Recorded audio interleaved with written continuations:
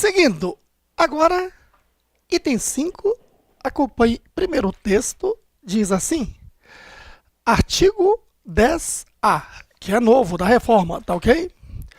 O sócio retirante responde subsidiariamente pelas obrigações trabalhistas da sociedade relativa ao período em que figurou como sócio somente em ações ajuizadas até 2 anos depois de averbada a modificação do contrato, observada a seguinte ordem de preferência. Primeiro, a empresa devedora. Segundo, os sócios atuais. Terceiro, o sócio ou sócios retirantes. Parágrafo único. O sócio retirante responde solidariamente com os demais quando ficar comprovada a fraude na alteração societária decorrente da modificação do contrato. Então, por favor, preste atenção. Veja. Responsabilidade do sócio retirante. O que quer dizer isso? Você era sócio de uma empresa. Por algum motivo, você deixou essa empresa, saiu. E se os empregados daquela empresa em que você era sócio entrar com uma ação trabalhista? Você responde?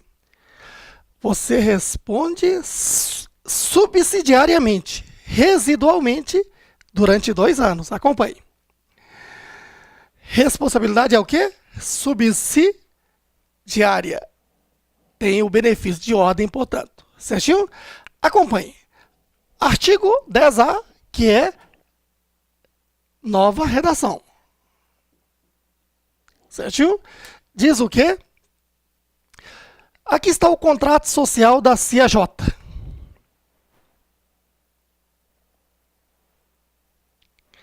E quem são os sócios? João e José. Beleza?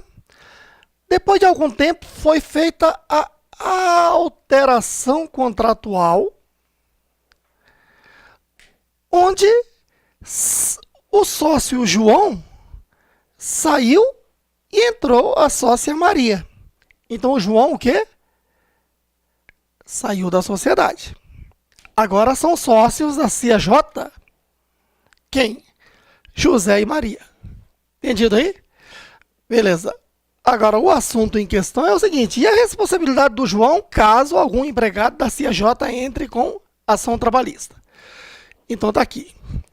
Da data em que houve a averbação dessa alteração contratual da saída de João da sociedade, durante 2 anos, o João responde subsidiariamente, referente ao tempo em que ele era sócio, claro, dentro do período prescricional.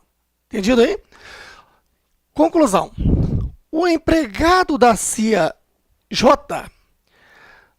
pode processar, entra com processo, pode processar como?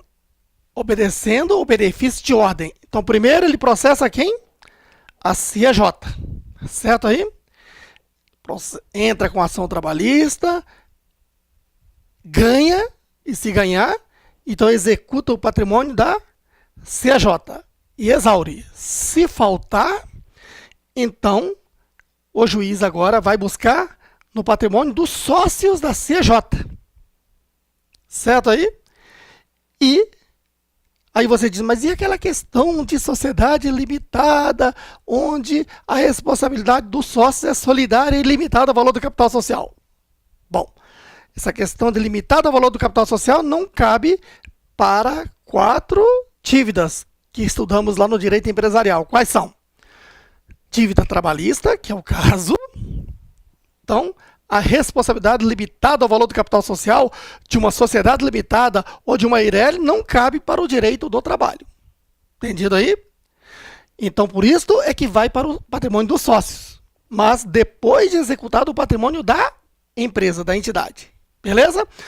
E se ainda assim faltou o patrimônio de forma residual, então o juiz pode o quê?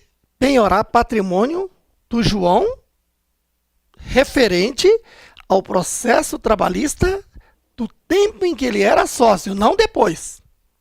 Entendido aí? Então isso é o quê? Responsabilidade subsidiária. Então, guarde bem que isso é importante. De repente você é sócio de uma empresa, ou algum parente é sócio de uma empresa, saiu da sociedade, responde por 2 anos, mas de forma o quê? Subsidiária e não solidária.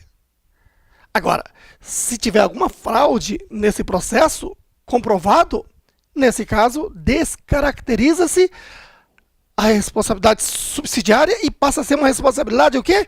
Solidária. Aí respondem com a CJ todos os sócios, inclusive o João, que já saiu. Deu para entender aí? Beleza. Seguindo, mais um assunto importante aqui deste capítulo, para a gente finalizar aqui, tá bom? Olha só, artigo 448, ainda aí nesse nosso item 5, tá ok? Diz assim o texto, o novo texto, hein? Artigo 448-A caracteriza a sucessão empresarial ou de empregadores previstas no artigo 10 e no artigo 448 desta consolidação. As obrigações trabalhistas, inclusive as contraídas à época em que os empregados trabalhavam para a empresa sucedida, são de responsabilidade do sucessor.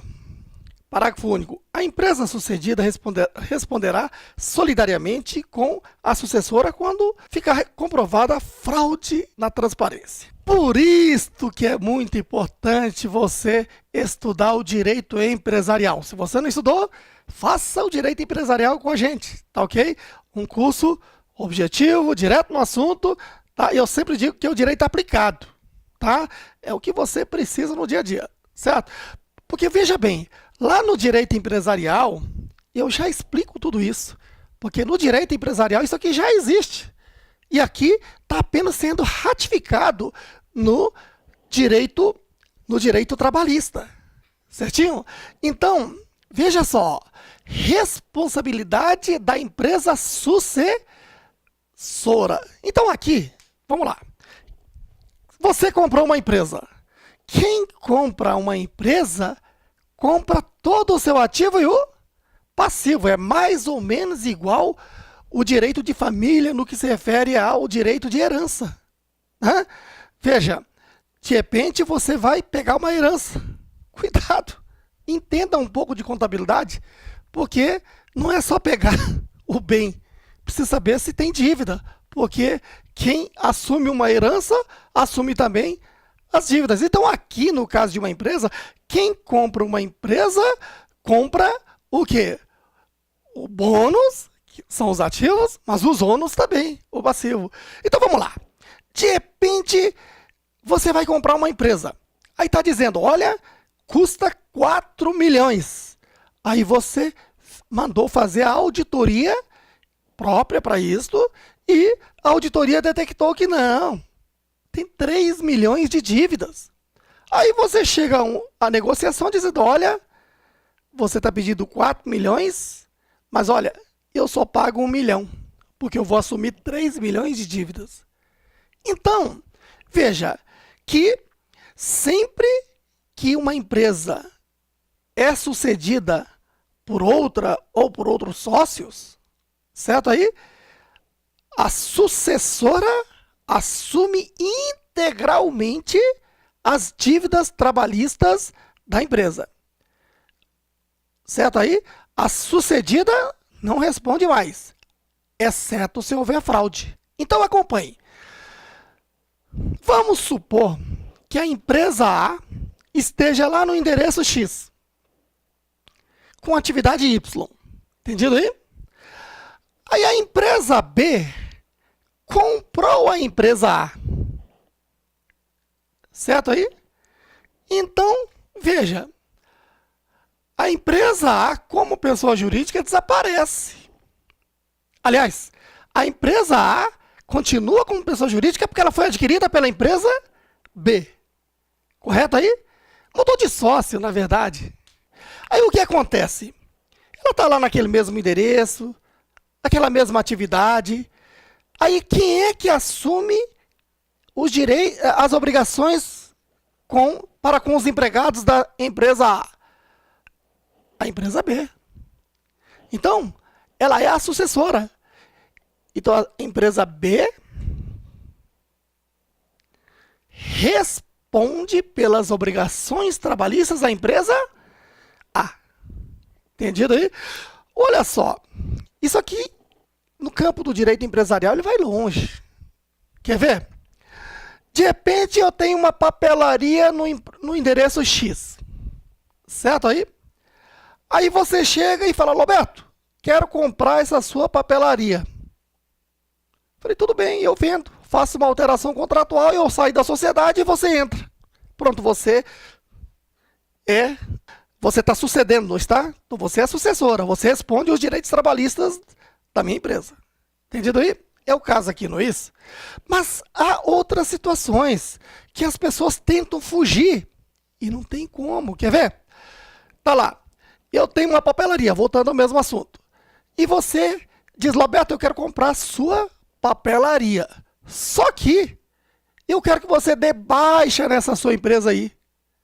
E eu vou abrir uma nova papelaria nesse local. Só quero o patrimônio. Eu quero o caderno que está aí na prateleira. Vou comprar essas mercadorias aí. Caderno, lápis, etc. Tá, os balcões. Eu quero comprar tudo. Só não quero a sua pessoa jurídica. Certo aí? Cuidado. Porque há jurisprudências no campo do direito empresarial, e agora reforça-se no campo do direito trabalhista, o quê? Que você é uma sucessora, mesmo que você abra uma nova empresa naquele mesmo local. Por quê? Só mudou a pessoa jurídica, mas são os mesmos balcões, as mesmas mercadorias, a mesma atividade naquele mesmo local. Você não responde somente no campo trabalhista, você responde no campo empresarial também. Se sobrar aí um resquício de dívidas minha, com relação a fornecedores, por exemplo, só fugindo um pouco, você responde com esses fornecedores. É considerado uma sucessão empresarial. Sucessão empresarial. Entendido aí? Então, isso aqui é coisa velha. Simplesmente agora está sendo ratificado na legislação trabalhista. Volto a falar, o novo direito trabalhista, né? Os juízes não vão mais poder criar jurisprudências fora do que está na lei. Por isso é que trouxeram para dentro da lei essas responsabilidades. Entendido aí? Então, eu faço mais uma pergunta. Estou encerrando aqui esse tópico, não estou? Pergunto, esse tópico aqui da reforma trabalhista, ele está mais tendencioso ao trabalhador ou mais tendencioso ao patrão? Depois ainda diz a mídia de que a reforma é do empresário. Então há que se fazer um estudo técnico como este para você, né, ter a sua própria opinião. Entendido aí? Bola para frente!